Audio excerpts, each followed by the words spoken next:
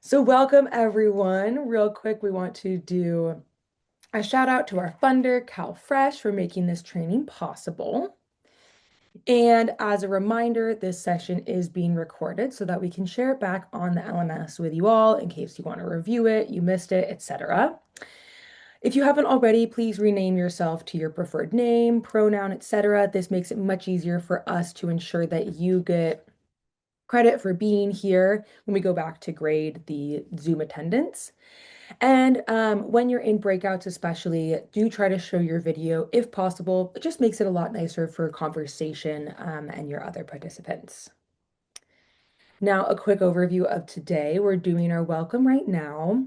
Then we're going to jump into some question and answer for questions that came up during the course of this training or what we've seen come up pretty often in previous trainings. So an opportunity to field some of kind of those final questions that folks might be having today or often have at this point.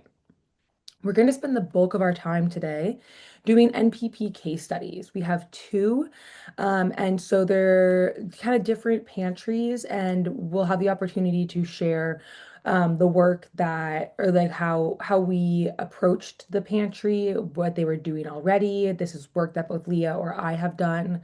And then you get to put all of your NPP knowledge to use and suggest what you would do. So we'll share what ultimately happens, but we love hearing back from y'all about how you would approach this NPP with this case study pantry. And then we'll do some closing, and that will be our final closing of this training. So it will conclude our time together, but we probably will be hearing from most of you in the future as you go on to implement NPP. With that, let's jump into some common questions that come up or questions that were submitted in this course. First question, how does a pantry receive their certification? This comes up often. It's a great question. Well, the first thing is that you, as the implementer, determine their certification level. Remember that there is a certification overview one-pager in the resource library if you're not quite sure what constitutes each certification level. Once you determine that, you'll email us, npp@leaspantry.org. Let us know, hey, I'm submitting this site for this certification level. And we'll definitely must have to see your work plan. That's for sure the minimum. It's also really helpful to see the needs assessment so we can see where the pantry started from, photos, any survey results. Think about this as we don't know this pantry, so you want to give us as much of an idea and an image of this pantry from where they started and where they finished at as possible. Photos are really helpful with that. The needs assessment too. And remember that when you're submitting your work plan, regardless of what certification level you're submitting for, there probably shouldn't be any active items, especially there shouldn't be active items in the focus areas that are being considered for their certification. So if you're submitting for bronze and you have two areas that are really good and solid and complete, that's a great bronze certification. Maybe you're still doing work in another focus area, but that won't be considered when submitting for bronze. If you're submitting for gold, there should definitely be no active items. The future plan is okay, but please be sure to leave notes about why it's a future plan. Let us know what accomplishments you want highlighted on their certificate. You know them much better than we do. And then remember to complete your post NEFPAT. Can I implement NPP at a pop-up site? Absolutely. We encourage it. A lot of the images and resources that we use from other sites come from permanent sites, but that does not mean that it cannot be implemented at a pop-up site. It might just look a bit different. Remember, this is a super flexible program, so some things are going to be applicable, some things are not going to be applicable. Take what works and whatever the pantry can use to increase their space, their services is always a good option.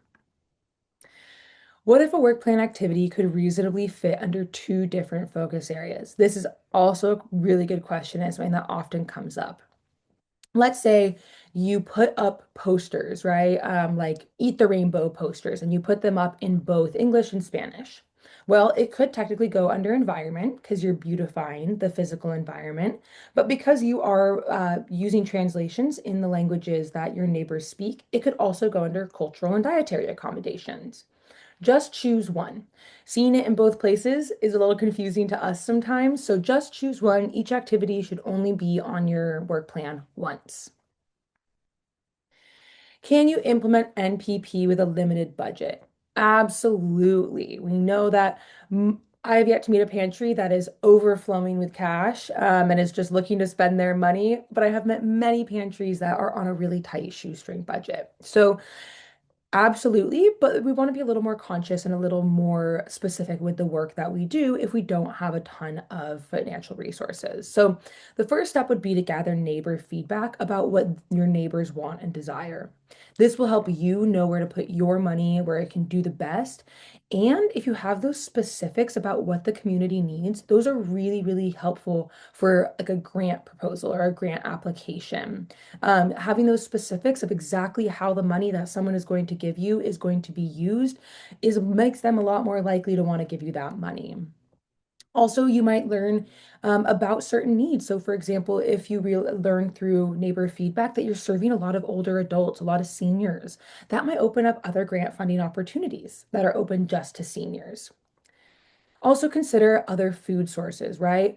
Um, Think about grocery recovery programs. Can you go do gleaning from a local farm? The food bank I used to work at did a lot of gleaning at local farms, and we bought their produce at super low cost, but then got to give our community this incredible locally grown food that was always, the produce was always everyone's favorite. Consider maybe community gardens. So get creative here, right? Remember that you are the guide. And this is an opportunity just to put your head together with the pantry and get creative about what kind of resources and opportunities are in the community. What are common challenges and barriers that arise when implementing? Well, there's a few, right?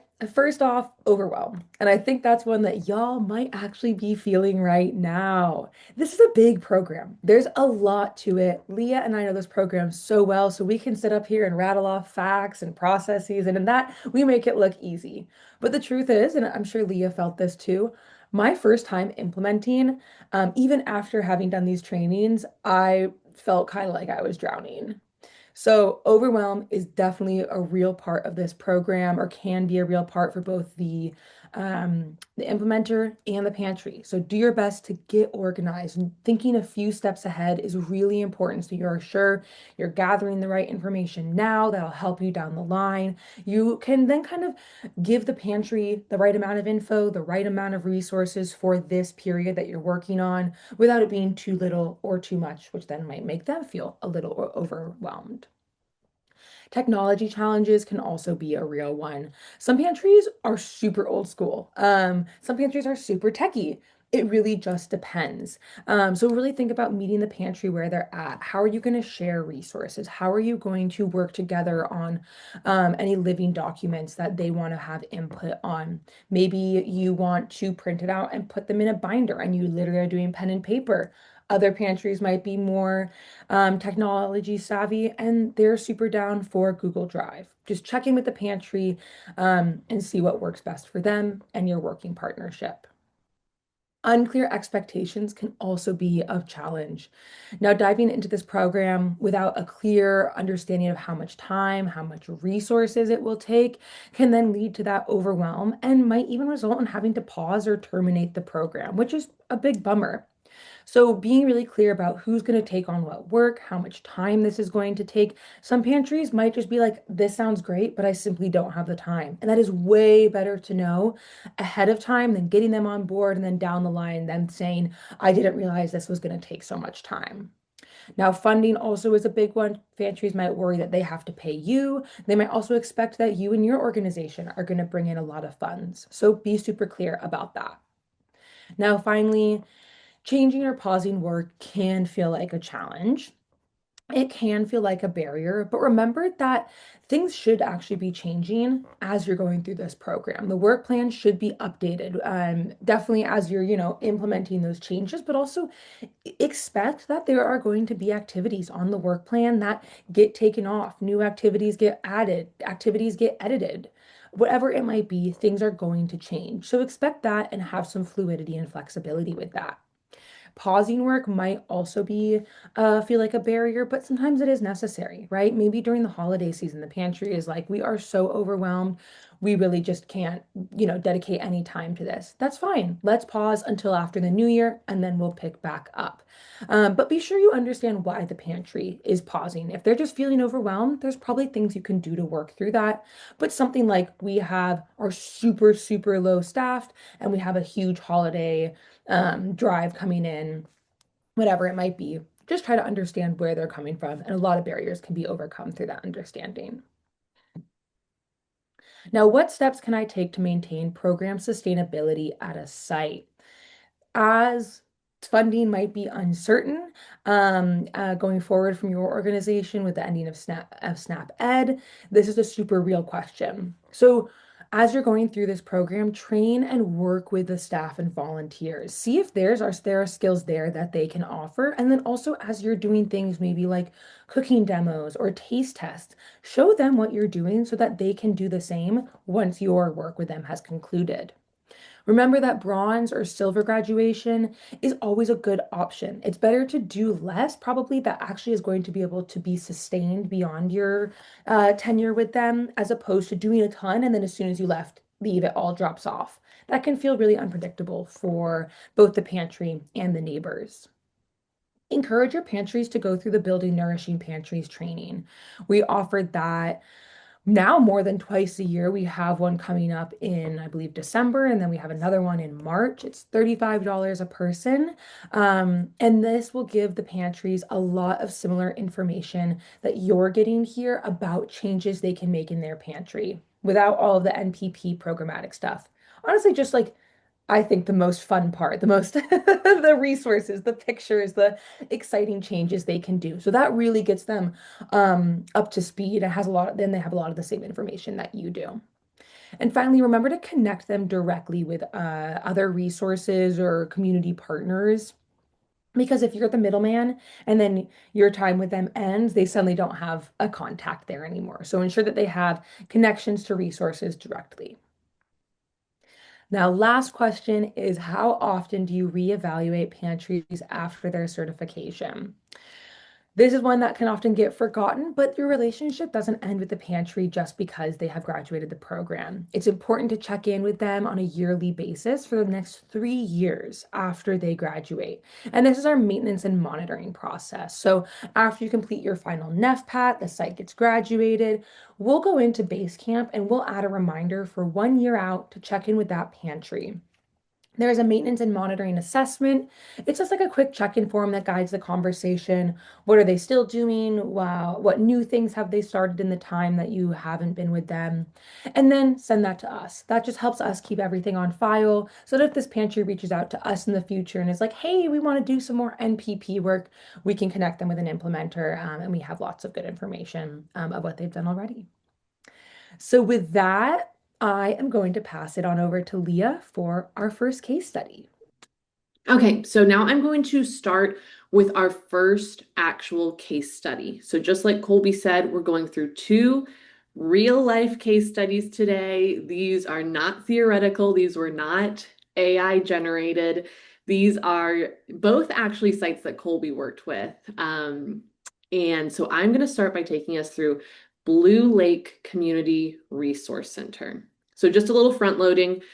I'm going to share everything we learned about this site when Colby was the actual implementer. So considerations, things we learned from the needs assessment, things she learned from conversations with staff. Then we're going to send you all into a breakout room and we're going to have you try and come up with, okay, I'm the implementer now.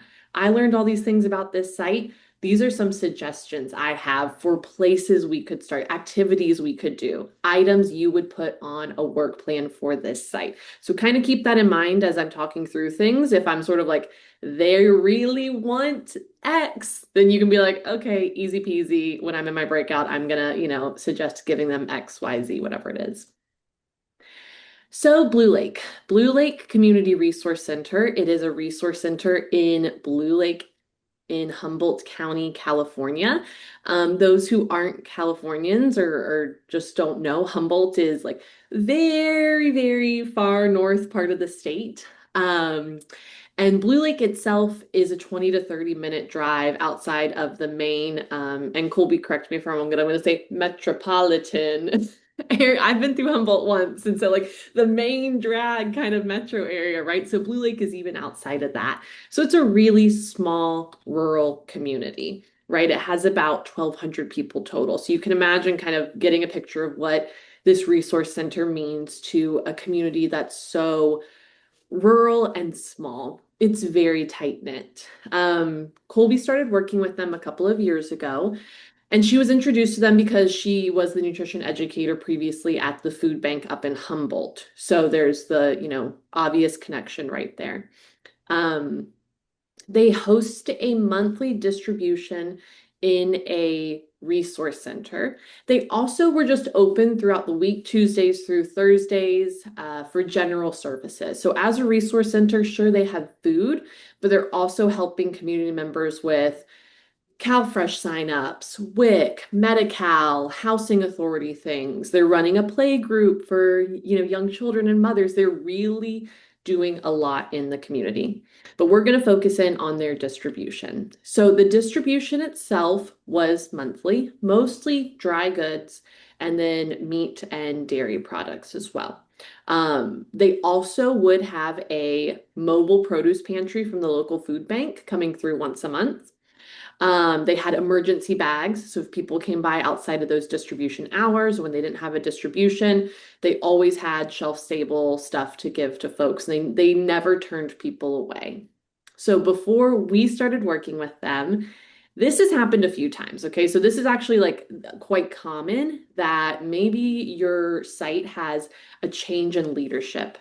There's turnover or the person who was in charge is retiring. So in this case, their director was retiring. Their new director was coming in, someone who said, okay, I'm ready to have my volunteers and staff kind of realign around a new vision and, what we want to see Blue Lake to be moving forward. That's a great opportunity to step in and say, I can help you with that, right? Like I have this incredible program that'll help you focus that vision of yours, make some sustainable changes, build your capacity, all those great things we know the Nutrition Pantry program can do.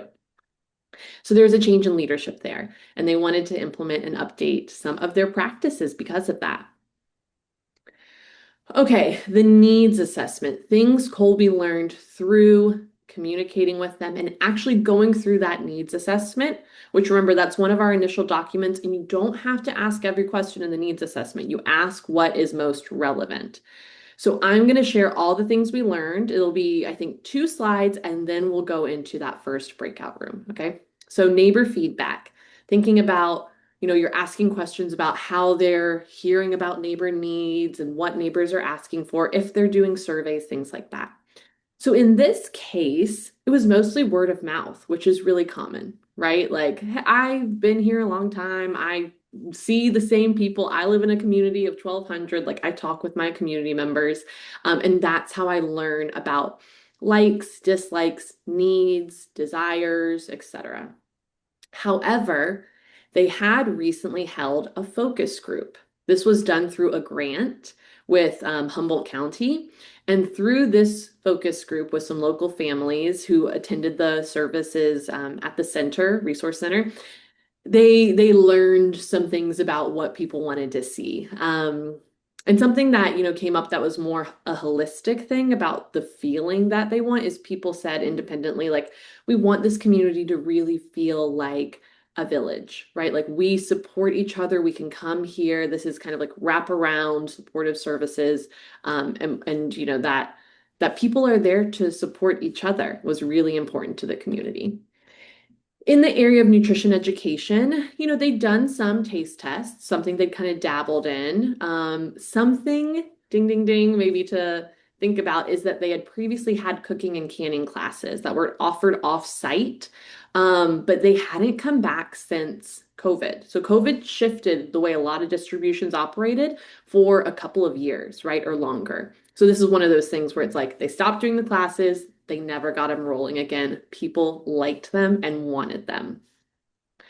And then kind of in general, it was more, yeah, I think leadership at this center and, head volunteers and staff here, they want to feel more comfortable with nutrition concepts because they're always in conversation with community. So they want to feel like I can share credible, knowledgeable, healthy things with my community that's based in science and facts, and that will then, share that information throughout our neighbors. Okay, the environment itself. This is always a really fun focus area to work in. So it was still, again, kind of like we're still doing this outdoor distribution. Um, we're still doing a semi-choice. Neighbors are going to point at items, our volunteers are going to bag it for them. But the good news is there's no documents required for check-in whatsoever. Really no wait time. So kind of sitting around and waiting in long lines, that's not an issue. Chairs were available because making modifications to that waiting process or the check-in or the flow of the distribution, that can be a good thing to do through the nutrition pantry program. Policies and procedures. So there was some, but not many. Again, very common that people say we kind of have something, or like we started a document. That's what they said. We have a document we started. It's not really formalized. It's not been communicated. It's not well known. We just are verbally sharing our policies. And again, that's maybe not a best practice because we know people need policies to lean on. Cultural and dietary needs. So they were setting aside specific items for people who needed vegan, vegetarian, gluten-free, low sugar, low sodium, etc. A really great thing they did was actually offer home deliveries to neighbors who were Spanish speakers. So they had a Spanish speaking volunteer who would do the drop off so that there was not that lack of communication so that people could actually communicate with each other. And they would try and incorporate more culturally appropriate foods for people who needed it. They did also offer CalFresh flyers in English and in Spanish. Okay, two more focus areas. Inventory and waste reduction. So where are they getting their food from? The local food bank was their big supplier. They have a garden on site for some fresh produce. They are composting. And they were, before the pandemic, they were doing these produce pop-up days where they would partner with a local farm. I mean, Humboldt's such a green, beautiful area, right? So there's some local agriculture there. So this farm would donate leftover produce. It was brought to the resource center. It was kind of ad hoc, but people really loved that. That was not in operation anymore. So ding, ding, ding, kind of thinking about what are some things to suggest, right? And community connections. Now they're a resource center, so they were killing it in this area. I'll look to Colby for a nod, but probably I bet they were already a bloom here, right? Yeah, right. So they were already doing so much, and that's fine. When you're going through sites, you don't have to say, it's okay to say, like, yeah, they're already blooming here, meaning like maybe they do want to do more, but if they didn't, I would still count this area as a bloom when I'm looking at their certification level. I want to emphasize that because sometimes people think sites can't start as a bloom, but they absolutely can. And they can still do more work there if they want to, but they can also start as a bloom. So they had a lot they were doing. They did community events, they offered that delivery, they're doing signups for all different types of social services. They used to have that canning class, it wasn't happening anymore. All right, everyone. I believe we are all back together again. I hope that was fun and kind of interactive and a little bit entertaining, not too challenging. We have about 5 minutes until I'll go into what actually happened at Blue Lake. So why don't we spend a little bit of time in a debrief? So I won't, unless it's very quiet, in which case I will put on my teacher hat and call on people. But right now, are there any groups or folks from groups who would like to just share what you talked about and some of the items you added? And I'll go over to your slide so we can all see.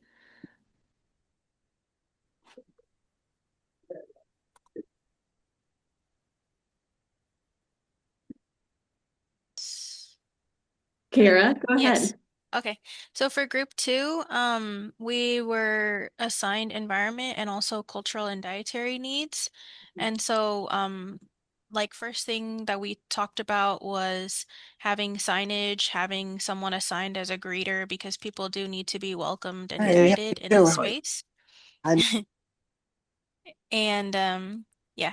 So we also talked about like water or just like those bulletin board.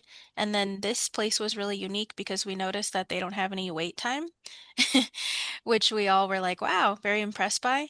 But I also think that that could be related to not having any required documents. So like we talked about, not requesting people to fill out a 12-page document or anything like that, but having at least a bare minimum of some form of minimal intake. And then, of course, like just to improve the environment, recipe cards are always a good way. And then Mhm. for the cultural and dietary needs, we talked about setting aside a specific place for those items and making sure that we have Spanish-speaking volunteers who can guide people, as well as doing those home deliveries and as well as creating documentation in Spanish. Excellent. Those are all really good suggestions, Kara. Thank you, group two. Yeah, I've been seeing more and more. I think folks are really trying to make that um like when you first enter a space, having things for volunteers and neighbors coming through, like a snack already out, water. I mean, if you have those items that you're receiving, you can kind of just keep them to the side and say, like, this isn't part of the distribution. This is for people as they're actually at the distribution. And I think it's like a really nice, welcoming thing to do. That's a great idea. All these things are great ideas. Let's hear from one more group. I'll play teacher. And for this one, why don't we hear from group, well, let's see here. You did environment and culture. So yeah, let's do this group. Group four. Can someone from group four share some of these great things that you talked about? I can share a little bit about what we talked about. Um, for the unmet needs, there was, they had done taste tests and cooking sites or cooking classes offsite, but they hadn't brought them back. And we thought, bringing those back and doing them on site if possible. Um, oh, wait, I'm looking. Someone else had the same questions that we did. Um, so yeah, going back to having the on-site food demonstrations in classes, we also thought about ways to do like indirect kind of connection with those needs and providing recipe cards alongside the foods that are in the recipe itself, and providing handouts and also referring folks to the eatfresh.org website and the mini courses that they have. Um, as far as the policies and procedures, that one was just the first one we thought about was just writing out a mission statement and posting it in the pantry to make sure that, it's really visible what we're all about. Uh, Review the sample policy handbooks for reference and start documenting guidelines that are already in place, and then start looking to places where we could include key NPP principles and SMART goals within the policy and procedures handout. Excellent. Thanks, Joanna. I love all these things. Yeah, and they have a new leadership. So what a good time as well to say like, hey, you don't already have a mission statement. Let's start there, right? Like I feel like that's such a good way to build some energy and some bank some positivity around this experience by doing something like that. Maybe bringing, staff and volunteers together and working on some sort of design thinking, kind of collaborative thing to really create this mission statement. That's really sticking out to me. Okay, great job, everyone. So you did really, really well. Let's see what actually happened at Blue Lake. So within the neighbor feedback area, we'll go through each of those kind of focus areas and let you know what happened there. They ended up not doing more neighbor feedback because they felt like, well, we just did this big old focus group, which was something we would have done in that area. And so we really got a lot of new information. And we're always in communication with, neighbors. So that's okay too, right? It's okay for people to say, I don't really feel like I need to work in this area. And it's okay for you to make that judgment as well and kind of collaborate on that decision. Nutrition education, the mini course. We love our eatfresh.org mini course. It's such a good tool for both volunteers or neighbors rather. And then we have a educator portion of the mini course where you're learning more about teaching nutrition concepts. So everything, how to access that, that's all in our resource library. But the leadership there took that educators version of the mini course. It gives the educators one gives you access to like 5 more modules. For something like indirect ed, they started doing more handouts, recipe cards. We have really great info about expiration dates, first best by.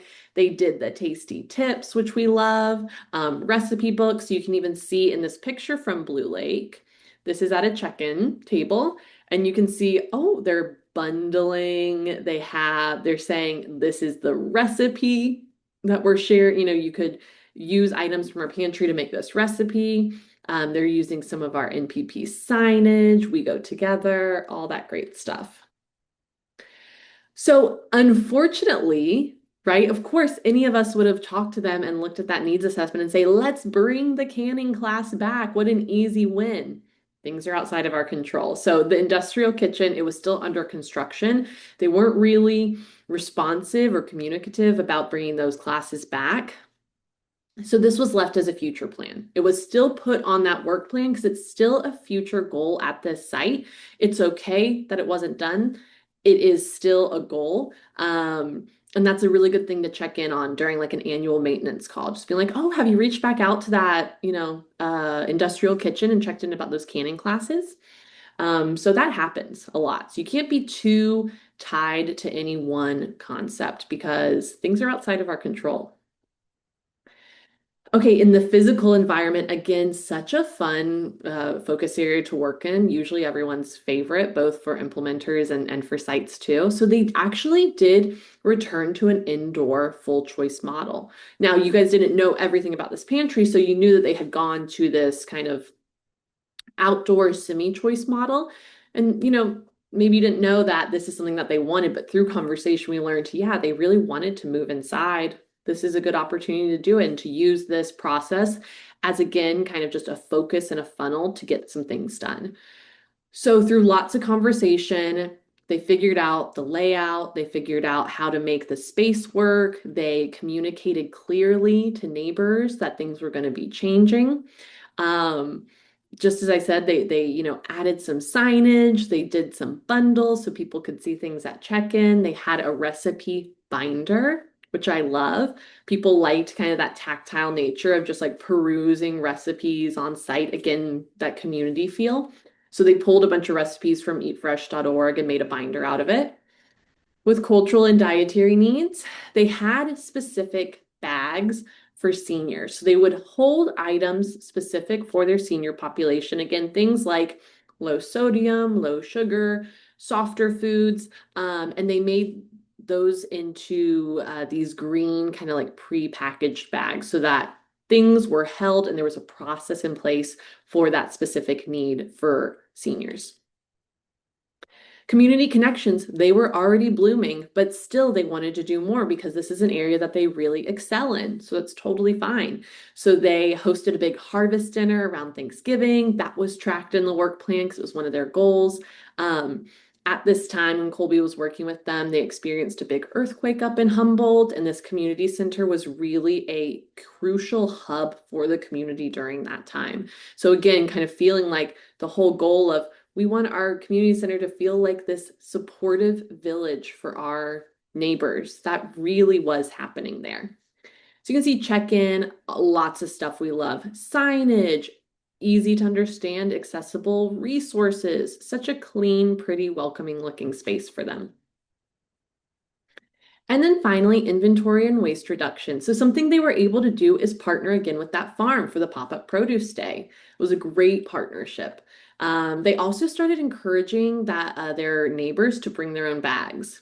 And people who forgot bags, they actually started to just repurpose the boxes they were getting. So we know there's so much waste, both in, plastic, paper, plus in the food we get. So kind of considering that when you're thinking about a distribution is an interesting thing to do. So the leftover food, they connected with a local farmer. They have great farms there. And then they had a process in place. Let's put a box under the table when we see one of those like gross, overripe, not fit for human consumption produce items, toss it in the box and that farmer is going to pop by and take that leftover food and feed it to his pigs. This happens a lot. Pigs, goats. We had one implementer connect with a earthworm farm, and the earthworms love to eat all that extra produce. And it feels good to know that, things aren't going into the landfill and releasing gases that way.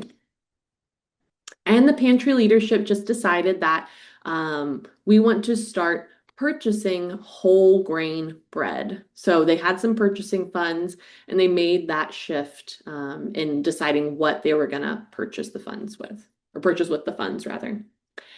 Okay, very last thing, policies and procedures. So remember, they really didn't have anything. So Colby helped them complete that standard of work document. That's something where you as the implementer, if you're already kind of a really organized person, you have access to all of our templates, that's a really good area where you can say, why don't I take a first stab? Or why don't we work together in a call or in person? And I can kind of like draft this out for you. People oftentimes really appreciate that support. So they now have a general SOP for the site. They have some new, as you can see, best practice policies, flyers, whatever they are, about kind of, okay, this is what you put in the bags. This is the general like allotment for the distributions. This is our stocking procedure.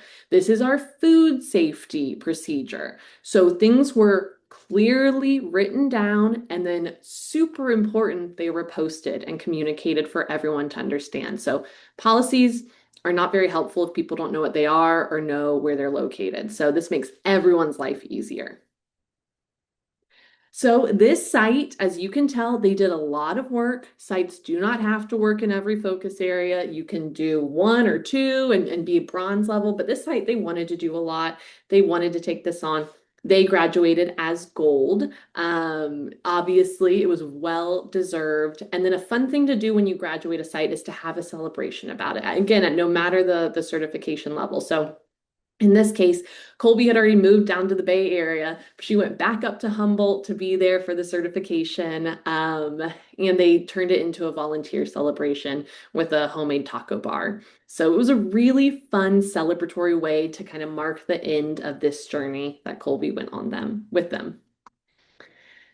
Okay, we have about 37 more minutes left in this training. So let's do a really quick stretch break. We're going to share about one more site, one more case study, do one more breakout, and then we're going to close out for the day. So, that was a lot. So if you want to, let's just quickly do our coconut stretch. So sitting or standing, either way, leaning over to the side, make a C. Look away from the computer for a little bit, right? That always feels good. Oh, I have a window I can look out. Kind of let my eyes rest. C-O-N, touch your toes. Lean towards your toes. U, bring those arms up, kind of shoulders down, but hands up. And T, stretch them, wiggle your fingers. All right. Good job, everyone. I'll pass it over to Colby now for our next case study. All right, so our second case study today is with a school pantry, a college pantry at a university called Toro University. So a little background, Toro is a small university located in Vallejo, California, and it offers graduate and doctoral degrees in the health and medical field. It has a student body of about 1,200 students, and none of them live on campus, so it's a full commuter school. The university does run a pantry for students. Now, I was introduced to Toro University through a contact with the Solano County Food Bank, and the food bank hired Leah's Pantry to implement NPP at some pantries in their county. Participation was voluntary, but the pantries did get extra bonus items from the food bank if they participated. And I'll be super honest here, I thought it was a great incentive. I had a couple great conversations with some other pantries, and Toro was the only site that actually saw the program through to the end. Getting other pantries on board, or even just getting some of them to return my emails or phone calls, was like an uphill battle the whole time. So I point that out just to say that even us at Leah's Pantry, we're not immune to the challenges of pantry recruitment. But luckily, the Toro team was super excited about it. So we had a great time working together. And they had gone through the Building Nourishing Pantries training. So they were already up to speed on a lot of the changes that we could make. They were already super excited to go through the program. So they were really on board. I didn't really have to sell them the program too hard. The pantry was run by the director and another employee of the university's student success services. So the pantry was not their only focus. They were definitely dedicated to the service, but they also did have other programs they were running. Now, ultimately, I share this picture on the screen here. The pantry was located in that far right building on this gorgeous quad. So when I started work with them, just kind of like we did last time, we're going to review the what we got from the needs assessment. Then I'm going to give this to you all in that same breakout slide format, and y'all are going to go through and suggest what you would suggest or give suggestions for what you would do with this pantry. So when I started with them, the Touro University Pantry had only been operating as a monthly drive-through. The university did give them a physical space finally, which we were really excited about. So because of this, actually, their initial needs assessment was really sparse. I don't even think I filled out much of it. I just took notes on a separate document because asking them questions like, "Oh, do neighbors feel like they need this? Do neighbors feel like they need that?" was like, well, I don't know. Like everything was an I don't know. And I point this out because that's okay. Starting with a pantry that doesn't have a lot of work going already is also a great opportunity to implement some great NPP practices. So will review some of the information I did collect, or I mean, all of the information. It just doesn't look like a lot. But they didn't have any process for neighbor feedback at that time, and they did not have any nutrition education going on. Based on their capacity, they predicted that providing indirect education in the form of like recipes, posters, handouts, QR codes would probably be most ideal. The great thing about this was like they know these are college students, and in this day and age, almost all of college is done behind a computer, so they knew that this was a pretty tech savvy group that they could give QR codes and online recipes to. Now, the environment was to be a dedicated office size room. So you can see that in the image here on the right. It had a table, some random images, like I think there was like a shelf in a box in there when we got to the room. It was a 10 by 10 room, I think. So pretty small, but they did want to be really intentional about how they organized it. They knew that they wanted students to be able to shop and pick out their own items. So we could start from the get by setting up a choice pantry. Finally, they had no policies and procedures, but they did want to document some of them. As far as cultural and dietary needs, the pantry leader didn't yet know what kind of cultural or dietary accommodation the students would request, but she was super clear that since Toro was a Jewish affiliated school, they would have to offer kosher items. And they were already in contact with the university's rabbi to ensure that kosher items and their place in the pantry would be in accordance with kosher laws.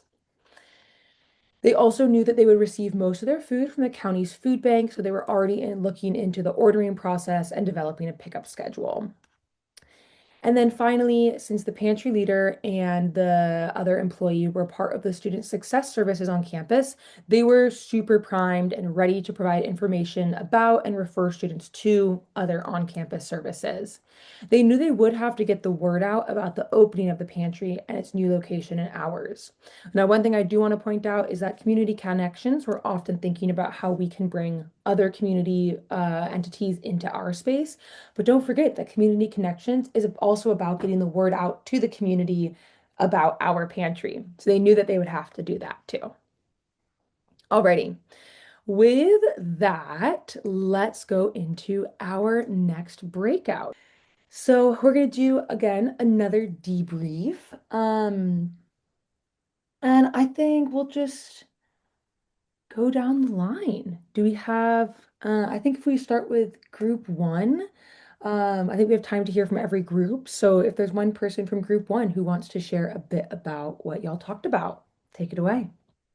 Can y'all hear me okay? Yeah. Um, so for environment, we talked about since it's a small space, maybe creating an appointment system might be helpful. Uh, I know in one of the other sessions, someone shared about like ways for neighbors to kind of like pre-order or pre-tell the food pantry what they'd like, and then volunteers can kind of shop for them. Again, since it's a small space. And then we talked about gathering and sharing lots of different images for them of potential organizational strategies, like with shelving, crates, things like that. And then under cultural and dietary needs, so we know that for the most part, they need to have a lot of kosher options, but we also know they don't have any way of formally gathering feedback from students. So we thought that would be a good way to start to actually know what those needs are. We talked about signage for items, maybe informing the food bank of this restriction, so that items that aren't going to be useful aren't delivered to them. Um, we talked about making sure the signage is available in multiple languages if necessary, and then potentially holding a celebration since this is kind of like a reopening of the pantry to get the word out. Awesome. I love it. Great job, group one. How about great group two? Uh, anyone want to share from group two?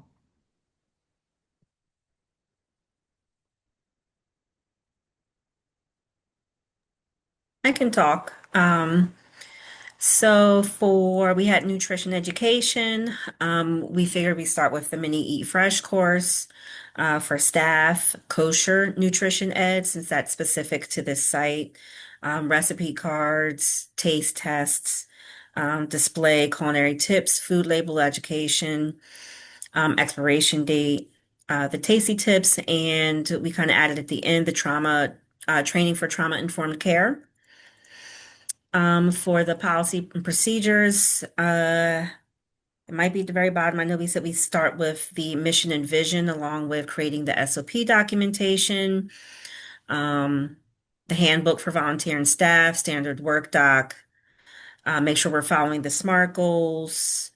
Oh, there it is, the mission and vision. I'm sorry. Create a succession plan for the next staff or leaders that come in, and the volunteers, especially since it's a school. So there might be a high turnover with the students coming in and out or graduating. And make sure that the policies and procedures meet the Jewish kosher food, preferences and culture. Incredible. I feel like y'all were probably looking at the leading practices document because y'all hit it so well. And that is not cheating, you guys. We put that together to make your life easy. Okay, group three. Does anyone from group three want to share?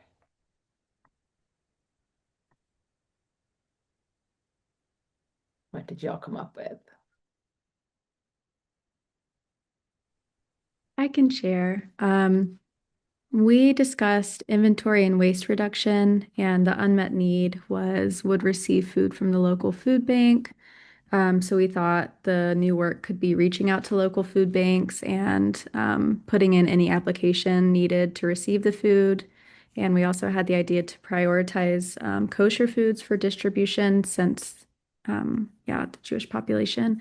And then for community connections, for unmet needs, we have refer students to other services on campus and needed to get the word out about the pantry. We thought it would be best to compile a list of the services on campus, um, and have like a good understanding of any referral process needed so that we're not leading students astray. Invite the services to table at the pantry or give us any, printed materials to supply to pantry participants. And all of that would also go into getting the word out about the pantry. Developing these relationships with student services would allow us to probably collaborate and, yeah, get the word out in that way or host presentations at their sites and connect with students through those partnerships. Oh, and speak with other university pantries to see how they conducted their outreach. Incredible. This looks great.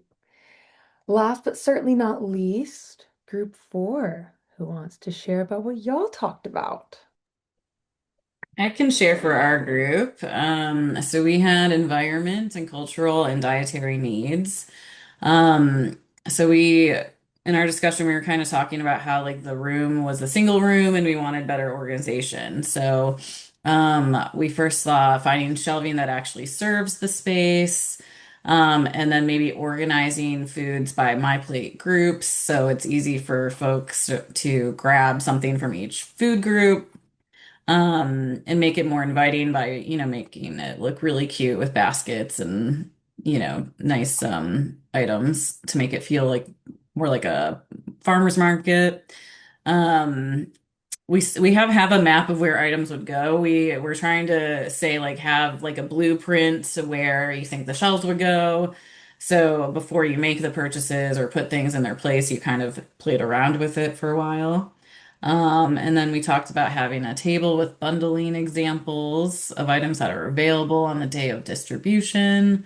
And then ensuring that there's safe space to store like cleaning supplies and stuff that you wouldn't want near the foods just because it seemed like a smaller space. Our second one is cultural and dietary needs. So with the kosher laws for food, we talked about making sure to find sources of kosher foods and maybe even host a kosher food drive.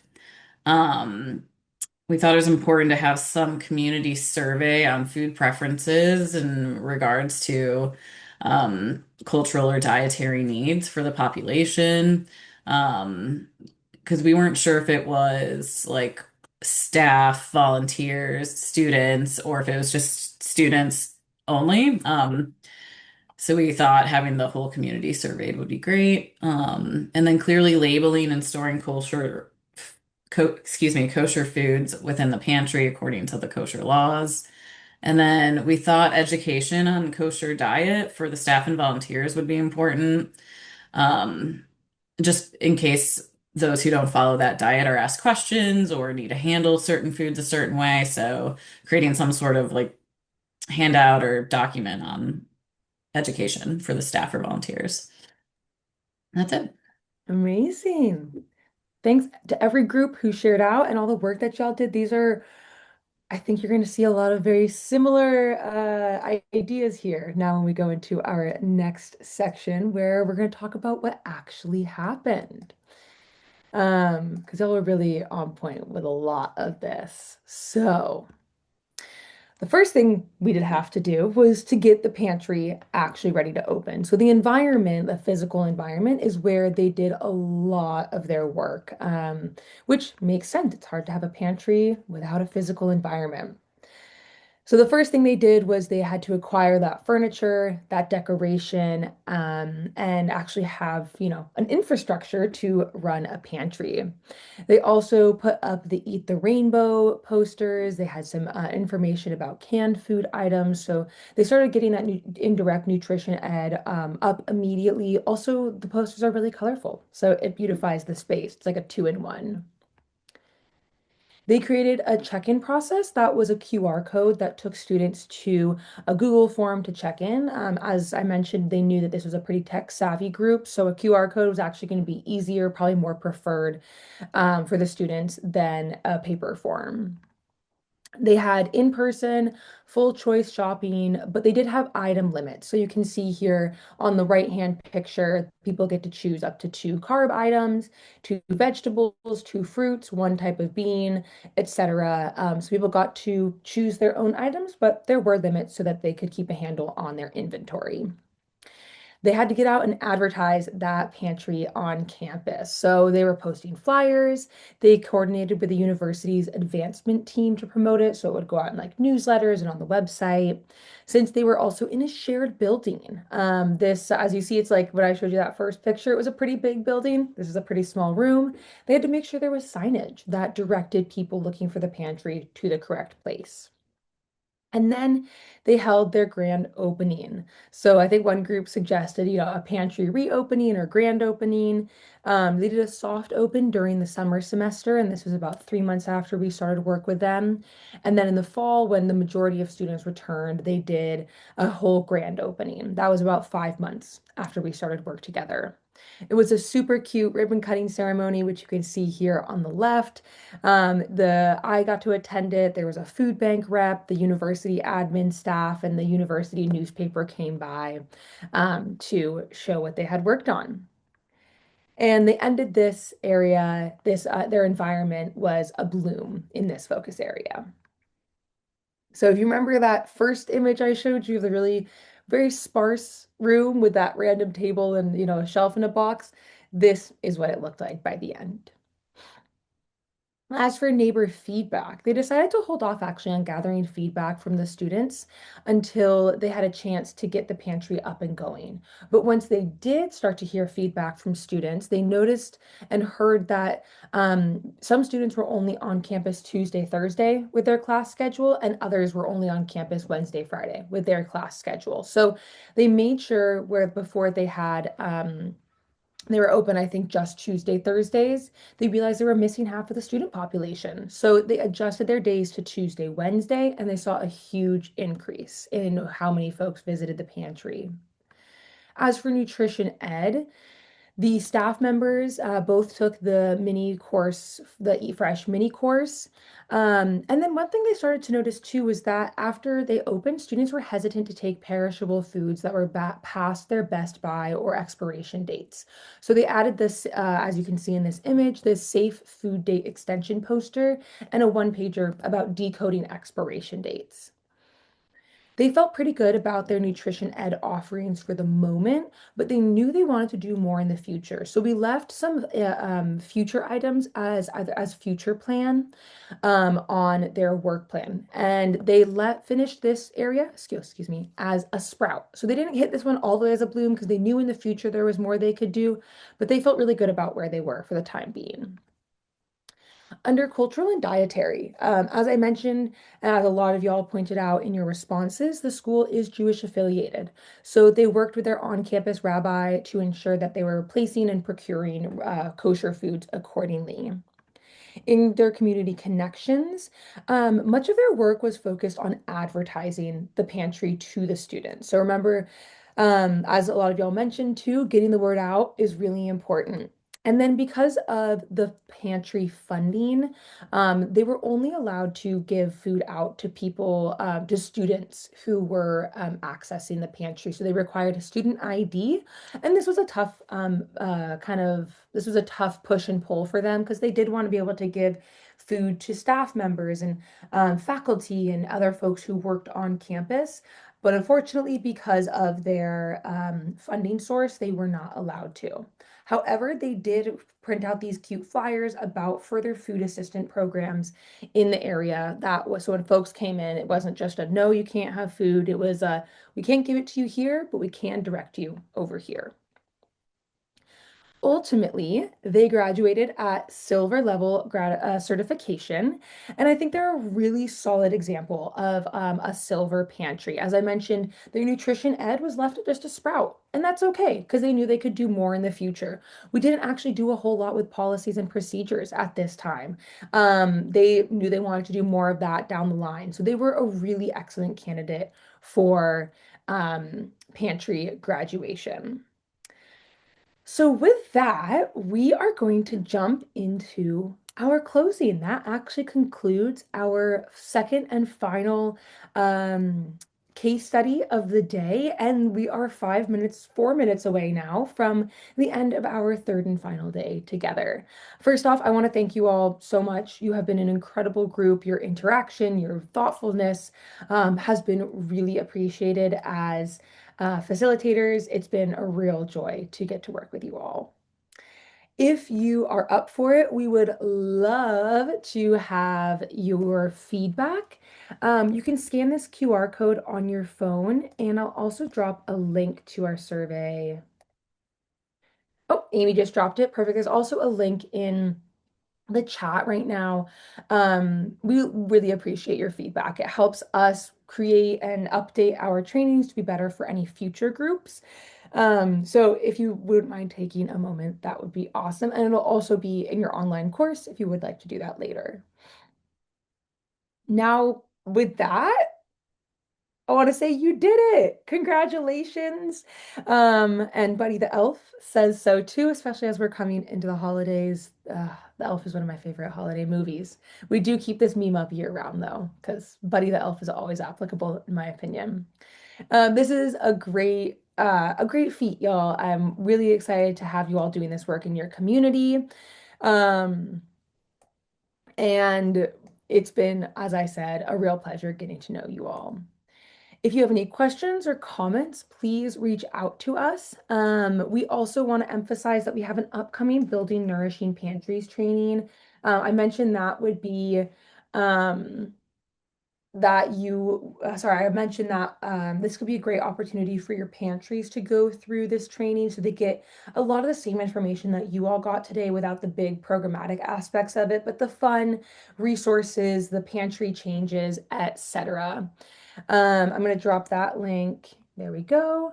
Uh, And this will be happening December 4th and 12th of this year. We'll also be having another one in March. So if you aren't able to get starting implementing until the new year, but then you do want your pantries to take BNP, we're going to be offering it again in March. So we'll send out this December link in the follow-up email and then keep checking up and we'll have another one coming up in March.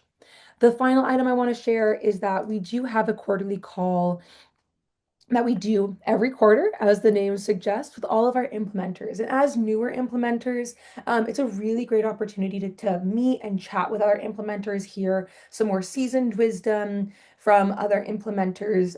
We will be having our next quarterly call in January, and there will be a base camp message about a week ahead of time to promote that.